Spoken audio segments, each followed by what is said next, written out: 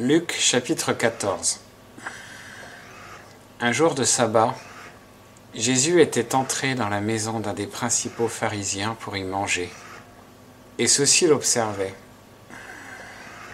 Or, un homme hydropique était devant lui. Et Jésus, prenant la parole, dit au docteur de la loi et aux pharisiens : Est-il permis de guérir le jour de sabbat ? Et ils demeurèrent dans le silence. Alors, prenant le malade, il le guérit et le renvoya.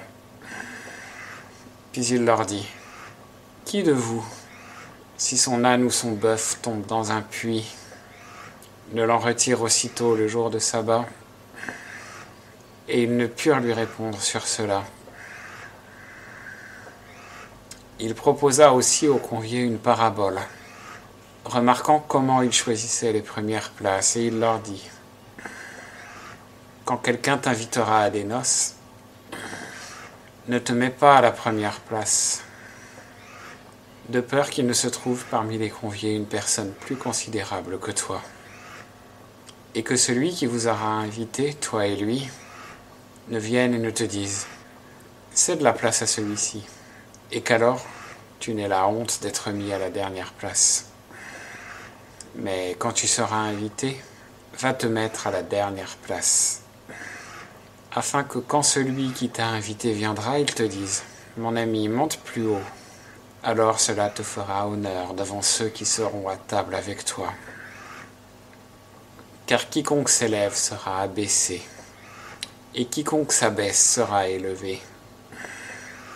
Et il disait à celui qui l'avait invité : Quand tu fais un dîner ou un souper, n'invite pas tes amis, ni tes frères, ni tes parents, ni tes voisins riches, de peur qu'ils ne t'invitent à leur tour et qu'on ne te rende la pareille. Mais quand tu feras un festin, convie les pauvres, les impotents, les boiteux et les aveugles. Et tu seras heureux de ce qu'ils ne peuvent pas te le rendre, car tu en recevras la récompense à la résurrection des justes. Un de ceux qui étaient à table, ayant entendu cela, lui dit : Heureux celui qui mangera du pain dans le royaume de Dieu. Jésus lui dit : Un homme fit un grand souper, et il y convia beaucoup de gens. Et il envoya son serviteur à l'heure du souper dire aux conviés : Venez, car tout est prêt. Et ils se mirent tous de concert à s'excuser. Le premier lui dit : J'ai acheté une terre, et il me faut nécessairement partir et la voir. Je te prie de m'excuser.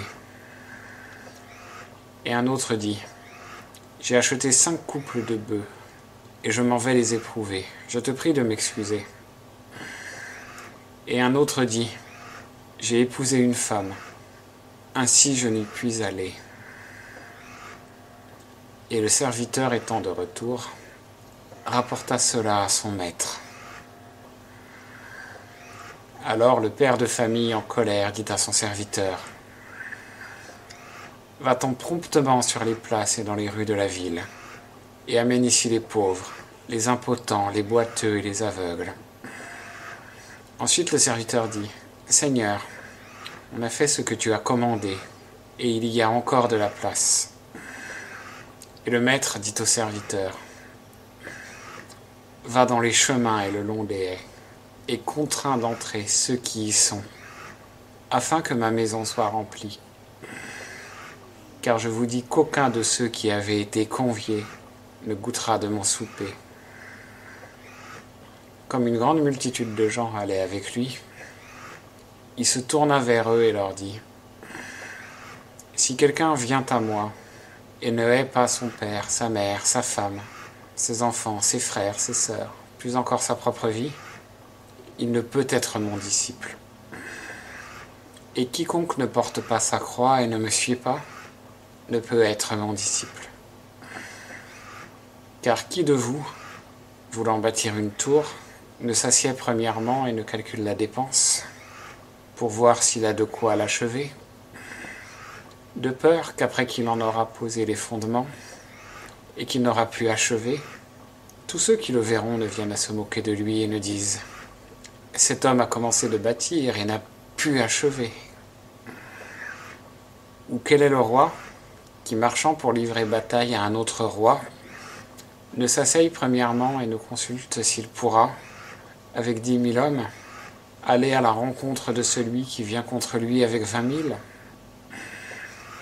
Autrement, pendant que celui-ci est encore loin, il lui envoie une ambassade pour demander la paix. Ainsi, quiconque parmi vous ne renonce pas à tout ce qu'il a ne peut être mon disciple. Le sel est une bonne chose, mais si le sel perd sa saveur, avec quoi l'assaisonnera-t-on ? Il n'est bon ni pour la terre, ni pour le fumier. On le jette dehors. Que celui qui a des oreilles pour entendre, entende.